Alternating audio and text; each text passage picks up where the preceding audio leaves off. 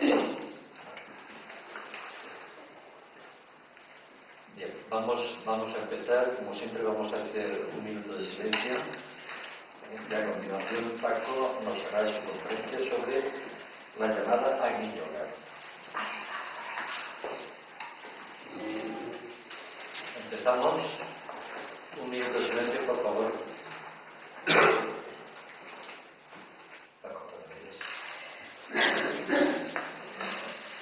A lo largo de la jornada hemos visto que la cualidad del primer rayo es la voluntad,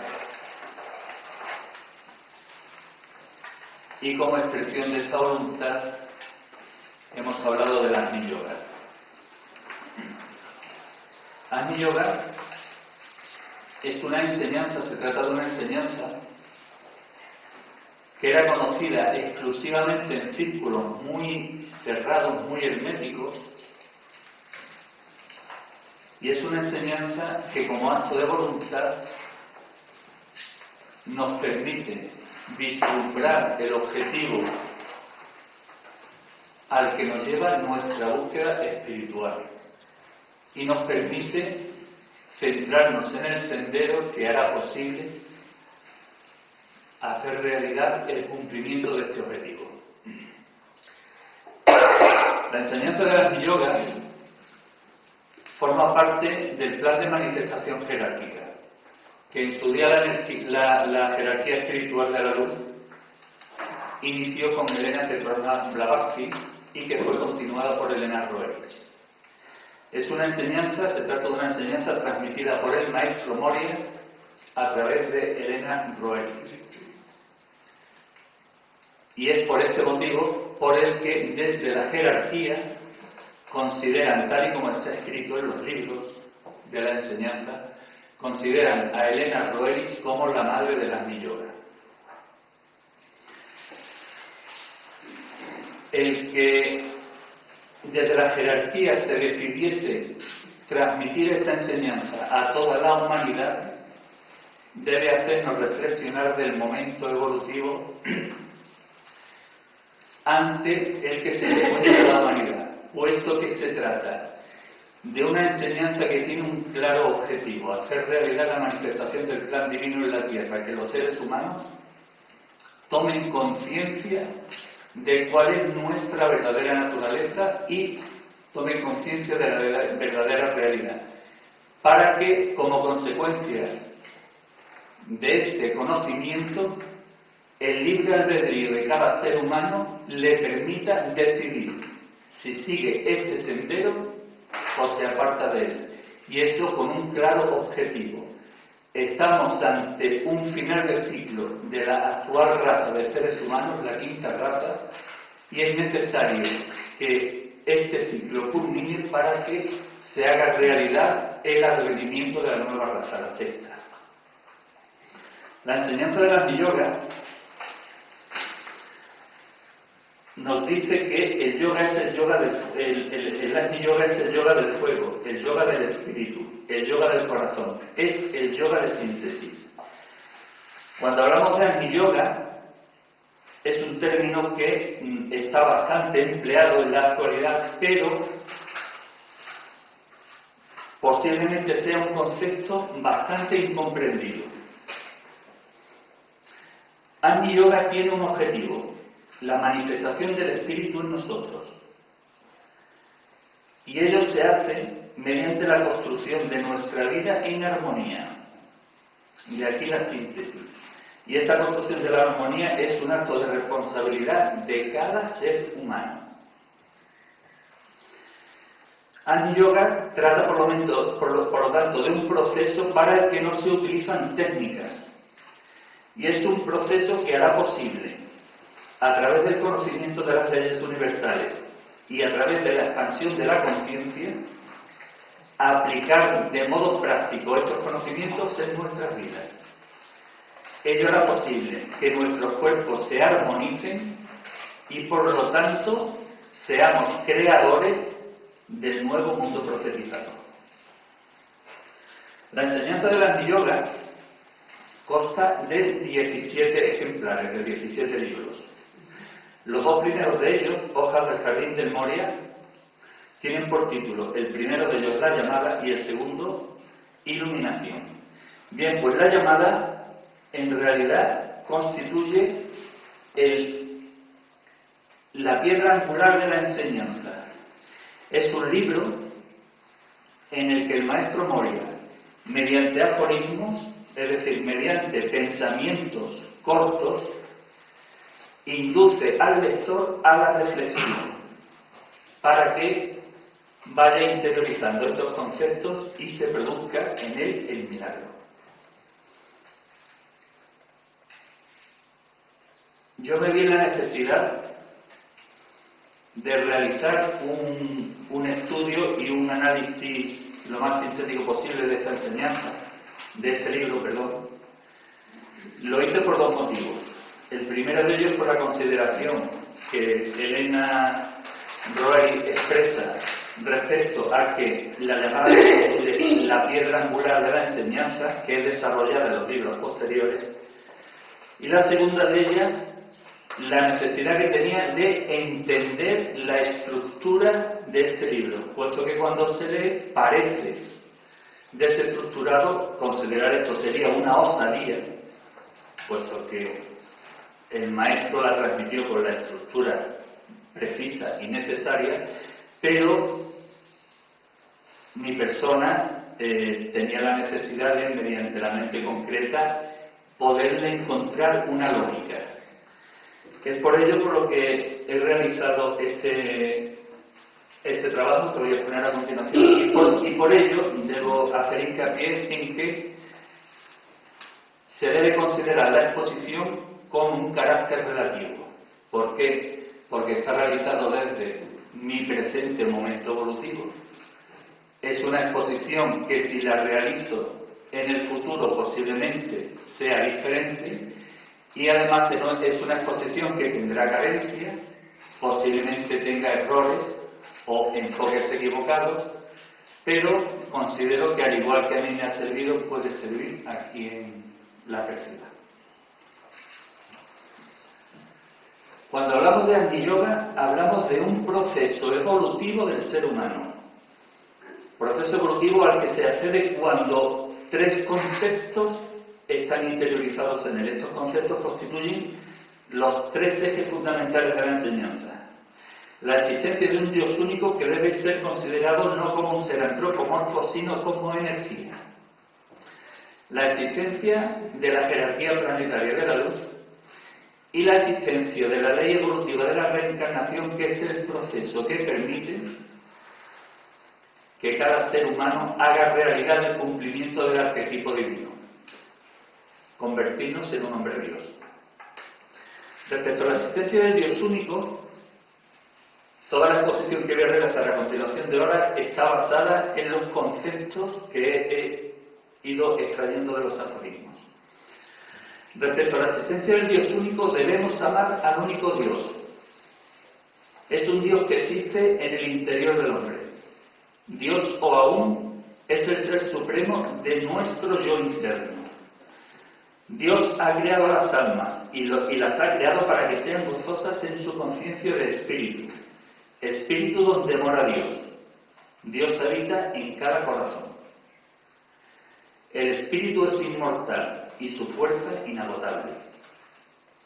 Dios existe por lo tanto en todo lo manifestado, es conocedor de todos los mundos. Puesto que el ser humano ha sido creado por Dios a su imagen y semejanza, para intentar comprender la naturaleza divina podemos establecer una analogía entre Dios y el hombre. Ambos somos energía. El cuerpo del Todopoderoso es el universo.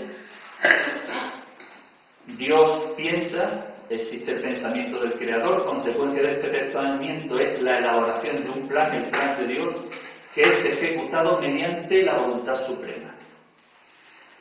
Y respecto a la humanidad, este plan tiene un claro objetivo: hacer realidad un nuevo mundo en nuestro planeta. Como consecuencia de ello, el hombre debe estar al servicio de Dios.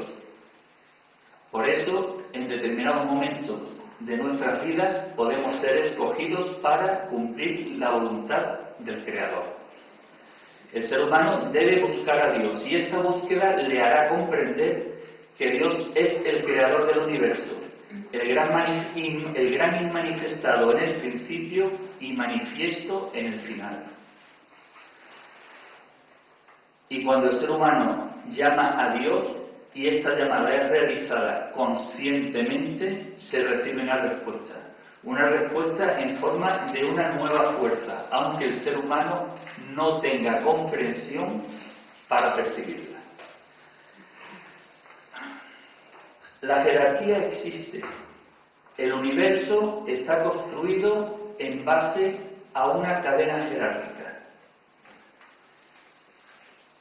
Por lo tanto, la jerarquía de la luz es la intermediaria entre los seres superiores a ella, los excelsos, y la humanidad. Por eso, el maestro Moria dice: los excelsos nos envían bienaventuranza, nosotros os la transmitimos. Por lo tanto, la jerarquía transhimalayica afirma su existencia con un claro objetivo: ayudar a la humanidad. Además, la jerarquía está oculta, pero es accesible. Las nieves del Himalaya nos ocultan, pero no son obstáculos para los verdaderos buscadores. Por lo tanto, el ser humano debe respetar el principio de la jerarquía. La jerarquía es conocedora del plan divino y cumple su voluntad. ¿Cómo lo hace? Utilizando la luz, utilizando los rayos de la mañana en los que ellos deciden y nos envían su palabra.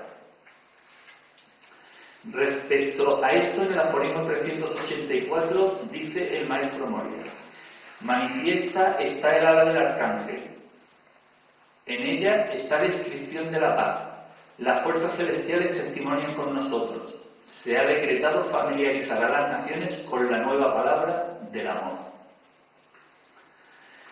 Para cumplir la voluntad del Creador, la jerarquía tiene poderes: el poder de crear y destruir obstáculos, el poder de modificar su apariencia física, el poder de ver cada instructor en un espejo los movimientos, pensamientos y creatividad de sus discípulos, y un poder accesorio: el tesoro del mundo, la piedra Chintamani. Respecto a este tesoro del mundo, le dice el maestro Moria a Elena Ruiz: el tesoro del mundo, el cual te ordené llevar a su destino, lo que constituye una prueba de que efectivamente Nicolás y Elena estuvieron en poder de la porción itinerante de la Chintamani. Miembro de la jerarquía es Buda, que enseñó a la humanidad el objetivo, la iluminación. Respecto a Buda, dice el maestro Moria: en ti se esconde el conocimiento del universo, en ti nace el esfuerzo para contemplar los misterios. Sin la luz no habría luz, porque solo en la oscuridad podemos contemplar la luz. Mas donde tú moras, oh Señor, no existe luz ni oscuridad. Todo es uno, misterio de misterios, santo de santos. Otro miembro de la jerarquía es Cristo, que nos enseñó el camino, el amor. Debemos amar a Cristo, porque este amor permitirá que manifestemos a Cristo, quien se sacrificó por la verdad. Por lo tanto, el ser humano puede enviar una plegaria a Cristo siempre que lo haga de modo consciente, y la plegaria recibirá respuesta. Respecto a esta respuesta, se dice que Cristo se manifestará en nosotros, como leemos en el siguiente aforismo: oh tu benevolencia, oh tú doliente de la cruz, tú atestiguarás el fuego de nuestra resurrección, allí, a los pies de la escala que conduce al templo de la gloria divina. Papel importante de la jerarquía lo tiene el maestro Moria. Lo demuestra precisamente la transmisión de la enseñanza, y en un aforismo en el que el maestro dice que tiene muchas torres y centinelas en las pendientes de los Himalayas, y como característica del maestro Moria se habla del rayo azul. Para ejecutar el plan de Dios en la tierra, la jerarquía necesita de los seres humanos. Por eso se establece una relación jerarquía-discipulado. Esta relación se establece desde el trabajo y la unidad. Yo soy tú, tú eres yo, partes del ser divino. Por lo tanto, los seres humanos, cuando sea su momento, pueden llamar a la jerarquía, puesto que, como dice la jerarquía, dice el maestro Moria, abrimos los portales solo a los que llaman. Consecuencia de la llamada es una respuesta por nuestro anhelo de búsqueda espiritual, que nos permite conducirnos a ellos, pero para conducirnos a ellos no bastan solamente la bondad y el intelecto, es necesaria espiritualidad. Es decir, debemos aproximarnos a las alturas de la jerarquía puros de corazón. En algún momento la jerarquía, el miembro de la jerarquía, elige un discípulo.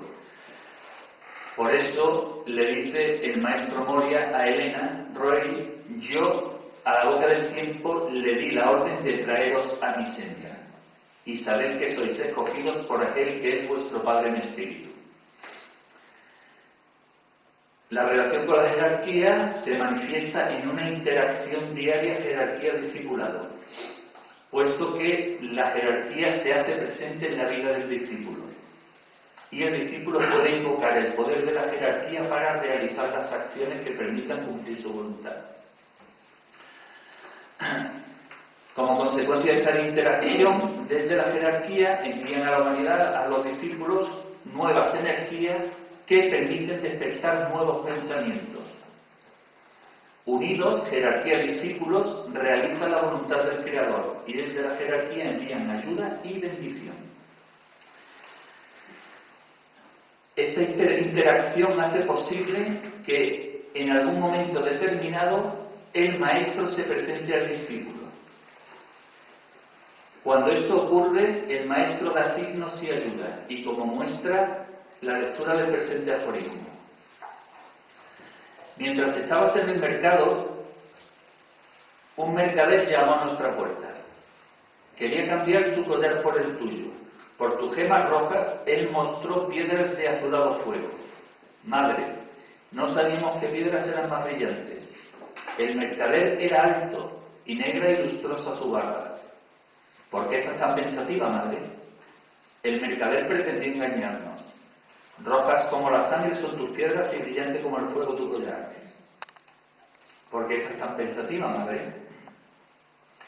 No le permitiremos entrar de nuevo, mas ¿por qué caen tus lágrimas? Una de ellas resplandece con una llama azul. No era él un hechicero. Ni las manos de los niños distinguen las mejores gemas. Con frecuencia las rojas son su elección.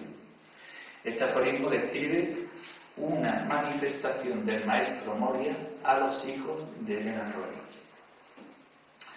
El tercer eje fundamental de la enseñanza es la reencarnación, y asociada a la reencarnación el karma.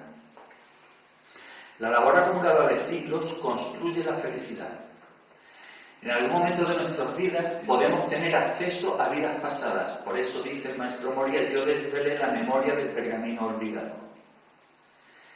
Por lo tanto, conscientes de la reencarnación y conscientes de la ley del karma, que es la circunstancia de la elección, debemos tomar conciencia de que no existe el azar, que las antiguas deudas deben ser saldadas, que debemos aceptar lo accidental como preordenado. Debemos saber que el karma se puede acelerar, pero sobre todo que no puede ser violado, puesto que reaccionaría en contra de quien lo viola. Hemos hablado que estamos ante un cambio de ciclo de raza, por eso el Agni-yoga es la enseñanza de la sexta raza. Es una nueva enseñanza que era conocida antiguamente en círculos escogidos. Era conocida por Ramakrishna, conocida por Orígenes, conocida por supuesto por Cristo. Es la enseñanza del espíritu humano. Es una enseñanza en la que debemos formarnos. Por ello, es una enseñanza a la que se accede solamente si nuestro momento evolutivo lo permite. Por eso dice el maestro: las flores de Moria no nacen en muchos jardines. Es una formación para la cual debemos leer, debemos formarnos en la lectura, pero no debemos seleccionar los libros al azar, sino leer y elegir con cuidado la lectura. Debemos leer menos y reflexionar más, dar reposo a nuestro espíritu. Debemos leer y comprender con sencillez la enseñanza, es decir, con una mente abstracta, no concreta. Pero sobre todo, si no hemos comprendido, debemos releer al cabo de un tiempo. La formación, además de la importancia de la lectura, debe ser una formación que conduzca a la interpretación de la simbología, puesto que la verdad se oculta en símbolos, y de estos símbolos, aún y Jehová son símbolos del pasillo único de la vida. Debemos avanzar en la comprensión de la enseñanza, para una vez comprendida poderla transmitir y enseñar. Debemos enseñar porque es una obligación, una vez que se comprenda, difundir esta enseñanza, inspirar a otros con las enseñanzas de Moria, dirigir las fuerzas hacia la iluminación de la humanidad. Es necesario enseñar a amar el mundo del espíritu, puesto que aquellos que reciben también deben dar. Ante esta difusión y transmisión de la enseñanza se debe demostrar una actitud, sobre todo una actitud de comprensión y tolerancia hacia otras enseñanzas. Se debe enseñar de maneras accesibles. Debemos tomar conciencia que aprendemos enseñando, pero sobre todo debemos eludir a los muertos de espíritu, a aquellos que no oirán y no verán, puesto que el secreto debe ser revelado de forma segura. Esta enseñanza tiene un objetivo de carácter dual, un objetivo individual y un objetivo colectivo. Objetivo individual: conseguir que cada ser humano evolucione para lograr la derrota del yo, puesto que en la derrota del yo surge el victorioso. Consecuencia de ello será el crecimiento de la conciencia, que adviene gradualmente mediante la búsqueda del conocimiento superior. Por lo tanto, debemos seguir el sendero de la realización espiritual y el resto ya vendrá por sí solo. El objetivo colectivo es la edificación de una cultura espiritual que hará posible que en la humanidad florezca una nueva religión, la religión del espíritu puro. Por eso, desde la jerarquía dicen: nosotros iluminamos el sendero del bien y os damos una enseñanza para el mañana. El corazón es consciente de los fantasmas de la mente, pero él conoce la verdad. Toda enseñanza tiene unos fundamentos o contenidos.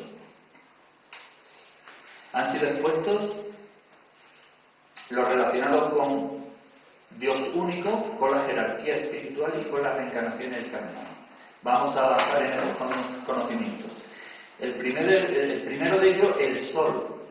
¿Cómo debemos entender al sol? Debemos considerar que el sol es un ser que nos da la vida y al que debemos dirigir nuestros pasos.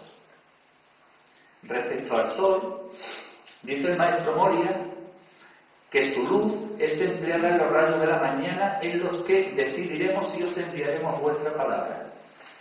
Respecto al sol leemos: diré mi oración y la diré frente al sol. Y henchido con las chispas de su radiación diré: aquí contemplo mi sendero y a lo largo de él me esfuerzo con todo mi ser interno, y repeliendo a los enemigos y renunciando a todas las posesiones, vengo aquí. Mi palabra para ti es mi oración. El sol forma parte de la de la cadena jerárquica de la que se ha hablado anteriormente. Por eso, leemos en el aforismo 439: por decreto del Supremo, rayos penetran en la esfera del Sol. Es decir, el Sol recibe influencia de seres superiores y esa energía nos la transmite a todos los reinos del planeta.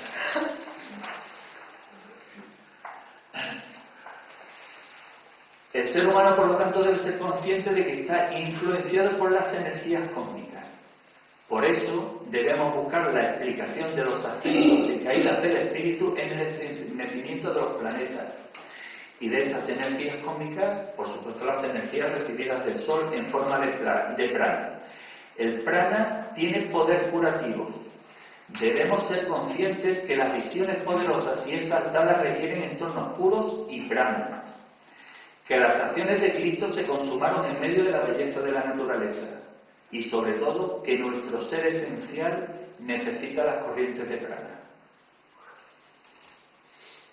El ser humano debe estar al servicio del espíritu.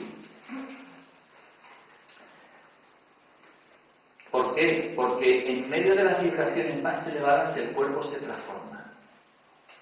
El cuerpo obedece al espíritu. Por este motivo, ¿por qué sufrir la mortificación de la carne?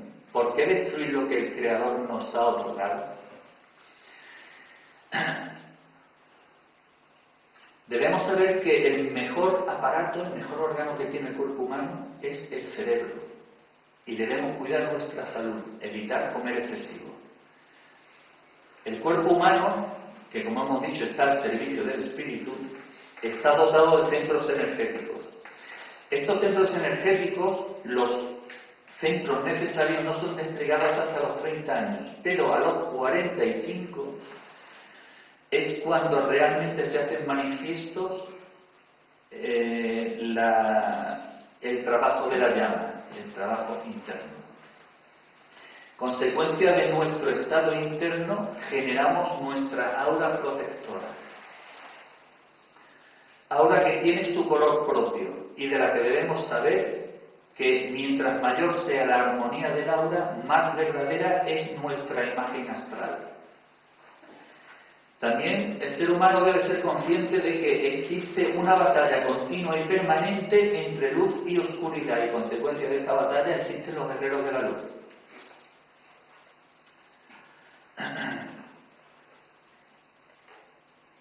Las fuerzas oscuras combaten y tratan de asaltar los muros de la logia blanca. Por ello, debemos tomar conciencia que la aproximación a la luz es un asunto serio.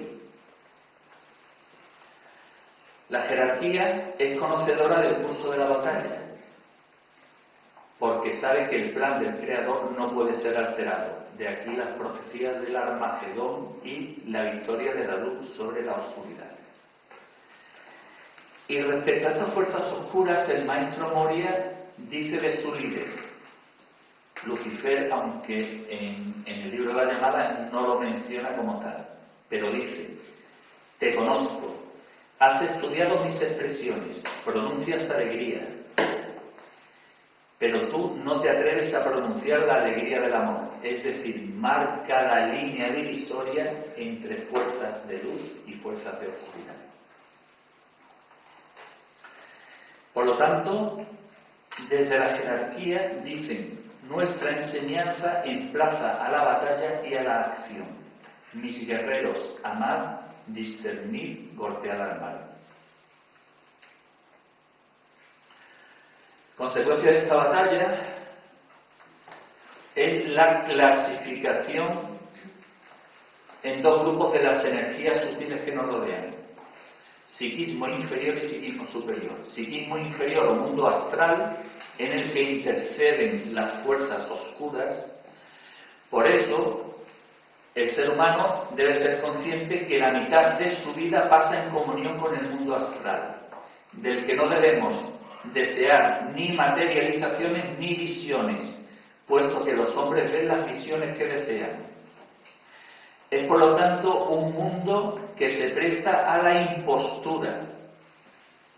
Y por eso el maestro Moria dice: ellos se jactan de recibir mensajes de nosotros, sin embargo no han renunciado a un solo hábito.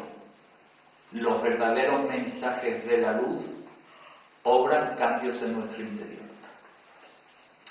El psiquismo superior, por lo tanto, es la energía de las fuerzas luminosas. Energías que desde las jerarquías son enviadas constantemente a la humanidad, pero depende de cada ser humano el que las reciba. Por eso leemos: nuestros mensajes se hacen añicos contra los corazones parapetados. La irritación y la duda no permiten la entrada de nuestros mensajes. Mensajes que revelarán el plan establecido de una maravillosa evolución de la raza humana. Y hace nuevamente hincapié en que las visiones poderosas y exaltadas requieren de entornos puros y de grano. Sabedores de la batalla luz-oscuridad, debemos saber enfocar nuestra actividad diaria. Las grandes decisiones deben ser aplazadas hasta la mañana. La mañana es el tiempo para recibir conocimiento. La tarde es el tiempo para dar. La noche es el tiempo para aprender, puesto que la parte esencial de la existencia humana transcurre durante las noches nocturnas, durante las horas nocturnas. Hace referencia a las enseñanzas de la rama. También el conocimiento de la batalla luz-oscuridad nos debe ayudar a discernir, puesto que debemos discernir el leal del forastero. Debemos aprender a discernir los signos y las manifestaciones, y fruto del discernimiento, la elección del sendero a seguir.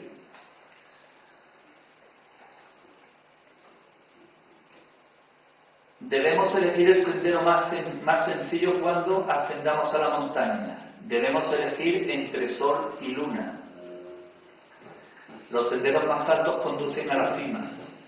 El sendero escogido es el sendero del bien, que conduce a la fuente de la sabiduría. Ante una encrucijada debemos elegir el nuevo sendero y tener la tranquilidad que el corazón reconoce el sendero más seguro. Pero algo muy importante, por eso la enseñanza de la Agni Yoga a toda la humanidad: se ordena elegir la senda. Nuestro sendero está fijado, es decir, la jerarquía fija el sendero a seguir. Consecuencia de ello, dice el maestro Moria: enseñad mi sendero y evitad las desviaciones. Para ello, evitar la ira, los lugares en los que se manifieste ira y desunión. Puesto que debemos elegir entre una senda y otra, estamos en los tiempos en los que no hay cabida para la tibieza espiritual. Son preferibles las acciones de los enemigos vehementes a las de los amigos tibios. Este camino, este sendero, nos llevará a experimentar el sentimiento de soledad. Cristo se retiró en soledad, y consecuencia de esta soledad, el silencio. La semilla del gran silencio conduce al conocimiento del gran servicio. Servicio que produce en el ser humano una gran felicidad. Servicio que junto con la labor constituyen el sendero de la virtud. Servicio que es especialmente precioso para la jerarquía cada deseo de servir de un ser humano. El servicio a Dios, servicio que no puede ser comprado. Cuando todo se da es cuando podéis recibir. ¿Y qué ocurre cuando el espíritu adviene a comprender el servicio? Pues que crecen en él nuevas alas, que la senda de la luz se revela y la resolución de la mente construye los escalones del templo de la verdad una.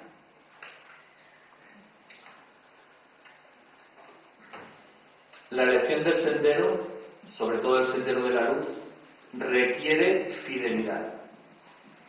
Requiere tener cuidado con la traición que debe ser juzgada por sus efectos. Requiere de conocimiento, y respecto a este conocimiento, el más seguro es el del corazón. Por eso el maestro Moria dice: mi guía es el sendero más recto hacia la comprensión del cosmos. El conocimiento desprovisto de amor está muerto. Debemos conocer antes de ser aptos antes de manifestar cosa alguna, y manifestar únicamente lo que está justificado en espíritu. Por lo tanto, el árbol del conocimiento florecerá de nuevo. Y para ello, Debemos aniquilar nuestros apetitos terrenales si queremos estar si queremos estar frente al conocimiento divino. Para avanzar en este conocimiento se requiere pureza. La pureza de corazón que nos aproxima a las alturas de la jerarquía. Se requieren pensamientos puros. Se requiere pureza en la búsqueda del conocimiento superior. Se requiere la ofrenda pura y la pura fe. Y para ello, el ser humano debe arrojar a las llamas de la purificación los prejuicios y todos los obstáculos de la vida material. Este conocimiento y esta pureza nos conducirá hacia la salvación. Debemos, por lo tanto, esforzarnos por la salvación, puesto que la única salvación es volver el espíritu hacia la luz de la verdad. Y para ello, para alcanzar esta salvación, la jerarquía nos ofrece un talismán, el talismán de la belleza. Belleza entendida como la expresión en el ser humano del espíritu. Belleza que es utilizada por la jerarquía.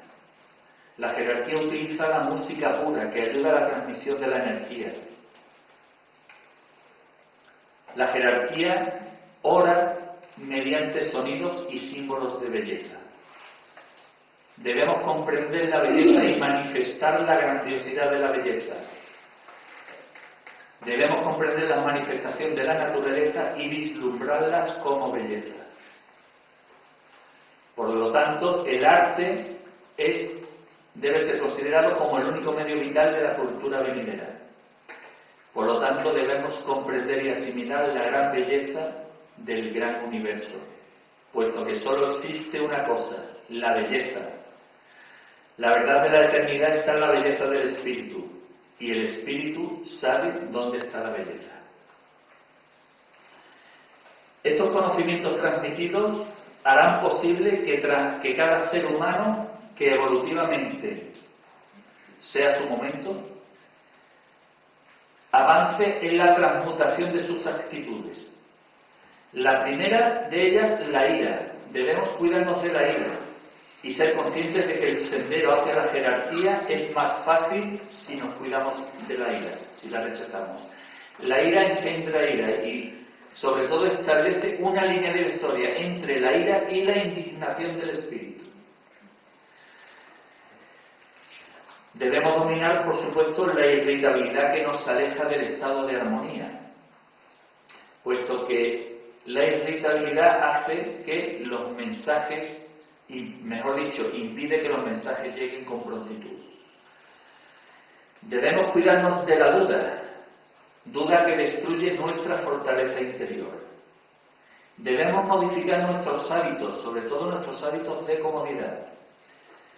Debemos saber que es más aborrecible para el espíritu los confines del cuarto y de la alfombra.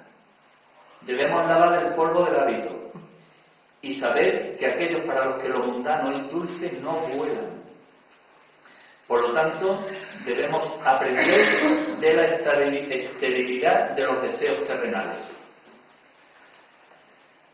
Debemos eliminar los deseos compulsivos, puesto que si todos los deseos impulsivos fueran satisfechos, el universo sería destruido. Debemos modificar nuestro hábito de enjuiciar. No debemos juzgar apresuradamente los sucesos de la vida. Debemos ser conocedores que el único juez es nuestro espíritu. Y debemos aprender a juzgar de acuerdo a mis enseñanzas, a las enseñanzas de la jerarquía. Debemos juzgar por los actos y ser conocedores que los ancianos y los niños pueden ser los árbitros de la tierra, clara alusión a la pureza y a la sabiduría. Y cuando tengamos que elaborar un juicio de importancia, intentar hacerlo al aire libre o bajo las estrellas. Estas actitudes a transmutar se pueden resumir en 3: pensamiento, palabra y acción. Debemos ser conocedores que cada ser humano debe elaborar nuevos pensamientos, puesto que esto es necesario para la transmutación. Debemos pensar libremente, saber que el pensamiento es energía y por lo tanto creador de acciones. Debemos elaborar pensamientos rectos, pensamientos puros, puesto que la pureza de los pensamientos es necesaria para superar los obstáculos. Y sobre todo, ser conscientes de que los pensamientos de bien elevan nuestras vibraciones y nos permiten acercarnos a las vibraciones de la jerarquía. Respecto a la palabra, debemos evitar la frivolidad y la charlatanería. Debemos evitar la condena y no hablar nada malo ni maldecir. Respecto a la acción, debemos trabajar sin queja. Debemos saber que el trabajo, la labor es la garantía del éxito y trabajar con un espíritu puro. Debemos saber que el trabajo con estas características conduce al gozo que es la manifestación del poder creador. Es preferible una acción equivocada a la pasividad. Debemos trabajar sin esperar recompensa y saber cuáles son los signos de la labor. Estos signos son la rapidez, la decisión y la abnegación, pero deben estar acompañados de sabiduría para que nuestras acciones conduzcan a un bien de la humanidad. Los trabajos que realicemos deben ser útiles al mundo y beneficiar a la humanidad. Y sobre todo, saber que debemos descansar entre las acciones, puesto que esto nos permite acumular fuerza. Consecuencia de la transmutación de actitudes es el desarrollo en nosotros de unas cualidades que podemos considerar espirituales. La primera de ellas, la voluntad. Voluntad que constituye la cuerda del arco de la conciencia. El esfuerzo para percibir la luz, el esfuerzo para construir el futuro, el esfuerzo gozoso que nos permite construir el futuro mediante nuestras propias manos. El esfuerzo requiere de dedicación, es el requisito en el sendero del ascenso. Debemos desarrollar en nosotros la aceptación, saber soportar las espinas terrenales, la austeridad y la gran dificultad, saber aceptar las críticas del instructor. Debemos desarrollar la obediencia, la despreocupación, la paciencia, puesto que todo llega en su momento justo. Debemos desarrollar el desprendimiento. Cuanto más des, más liviano será tu sendero. Pero aprender a desprendernos y no hacerlo de forma alocada. Debemos desarrollar la gratitud, el perdón, sobre todo el perdón para aquellos que son incapaces para comprender las enseñanzas. Debemos desarrollar la indulgencia, la benevolencia, la ternura, puesto que cuando la flor encantada de la ternura se abre en la tierra, una nueva estrella nace en un futuro, nace en el infinito, perdón. Debemos desarrollar la compasión, que constituye la gran pega del conocimiento secreto. Debemos desarrollar la imaginación, que abre nuevas ventanas, y el mayor, esfuerzo de imaginación, la utopía. Conseguir aquello que consideramos desde la mente concreta milagroso. Debemos desarrollar en nosotros la valentía y la intrepidez, que son cualidades espirituales y cualidades de un guerrero de la luz. Y además constituyen un noble ejemplo en quienes nos rodean. En definitiva, estas cualidades se podría decir que se podrían resumir en una sola: alcanzar la perfección. Perfección por la que debemos esforzarnos de modo incansable. Y nos pueden preguntar ¿en qué consiste la búsqueda de la perfección? Pues en 3 senderos: en el sendero del amor, el sendero de la belleza y el sendero de la acción. Consecuencia de la acción es el caminar por la vida con rectitud.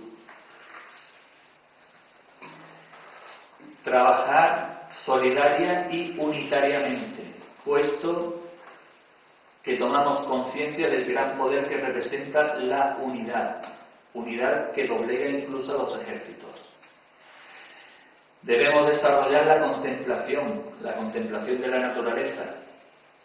Desarrollamos en nosotros, esto no es un esfuerzo, es algo que viene, la percepción sensorial, puesto que, dice el maestro Moria, os conferiré poder para ver y oír, ya que nosotros hacemos revelaciones al oído sensible. En definitiva, desarrollamos en nuestra vida la armonía, vivimos en armonía. La fe en uno mismo y la búsqueda de la verdad crean armonía. Armonía que anuncia el triunfo al puro de espíritu. Armonía que es probada mediante las insignificancias de la vida cotidiana. Por lo tanto, debemos cuidar los cambios de humor, la irritabilidad. En nosotros se desarrolla la sabiduría. Sabiduría y amor son uno. Sabiduría cuya voz abrirá los portales hacia lo desconocido. La sabiduría divina que se adquiere en la escuela de la vida. Desarrollamos en nosotros el sacrificio entendido como servicio a los demás. Sacrificio que debe ir enfocado hacia la salvación de la humanidad. Sacrificio que ha sido el poder de todos los miembros de la jerarquía manifestados en la tierra. Caminamos con la vida con una sonrisa. La sonrisa alberga poder. Debemos sonreír ante las lecciones severas, ante los errores y ante los peligros. Debemos dar una sonrisa de bienvenida a todos, pero especialmente a quienes acceden a las enseñanzas.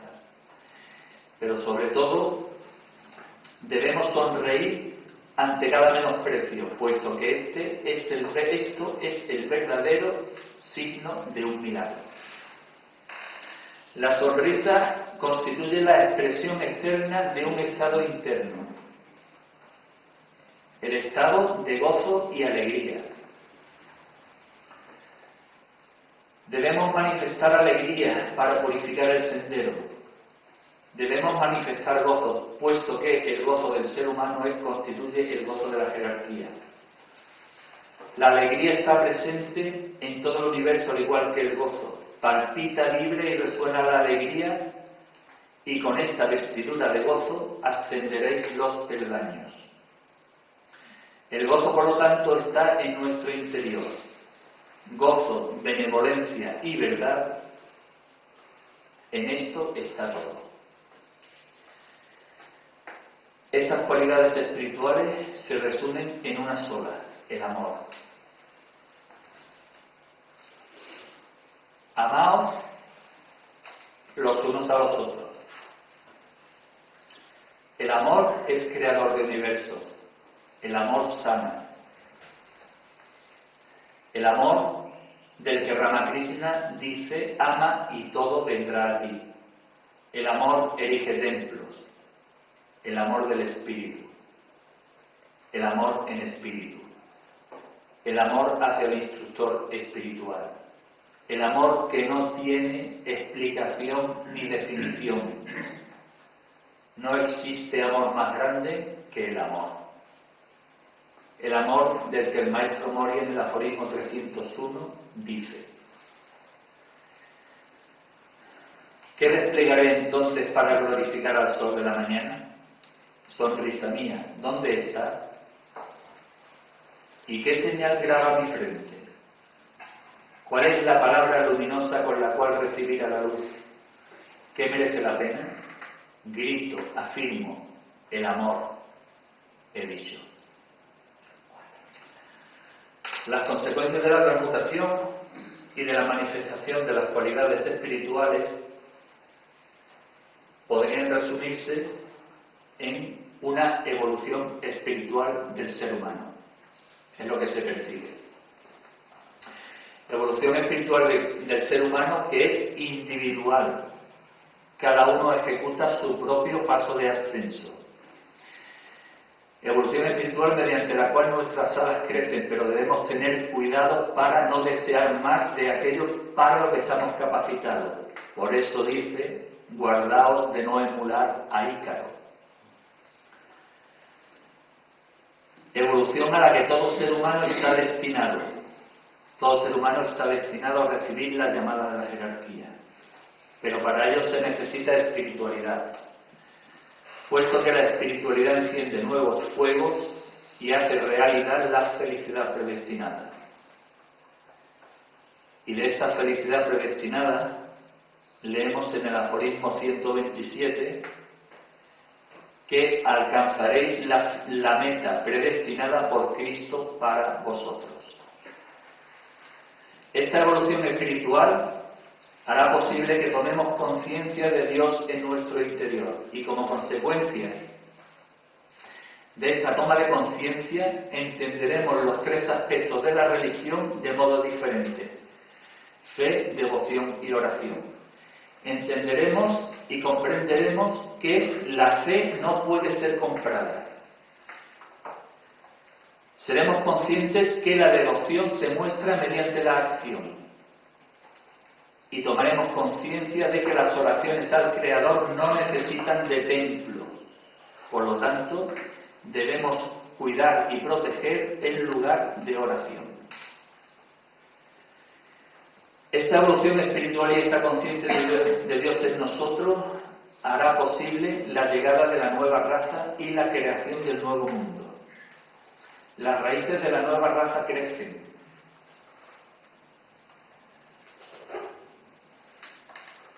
Y los nuevos escogidos expresarán sus pensamientos concisa y claramente. Expresarán sabiduría e iluminación y manifestarán sabiduría e iluminación en el nuevo mundo. Las diferencias raciales desaparecerán y el pesar no afligirá a la nueva ronda, a la nueva raza. Pero el primer requisito es llevar el espíritu a la vida. Ello hará posible renovar el mundo, renovar la vida. En este nuevo mundo tendrán un papel muy importante las escuelas del futuro. Escuelas en las que las formas de desarrollo espiritual serán enseñadas por aquellos que han obtenido su plena ascensión.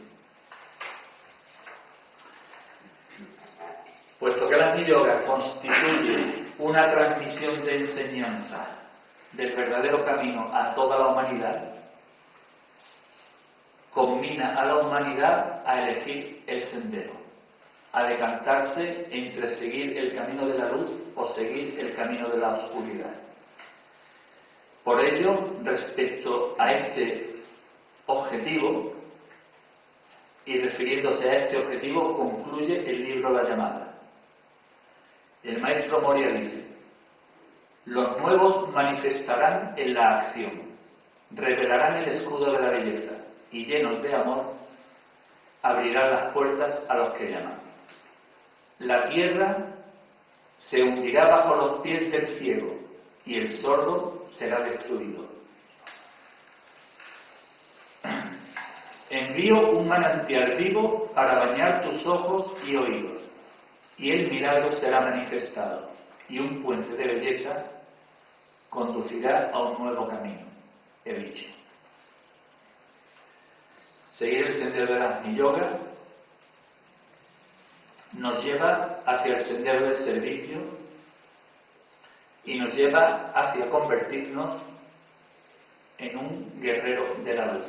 Por este motivo, finalizo con dos oraciones. Oración de servicio. Oh Señor, da fortaleza a mi corazón y poder a mi brazo, porque soy tu sirviente. En tus rayos aprenderé la eterna verdad del ser.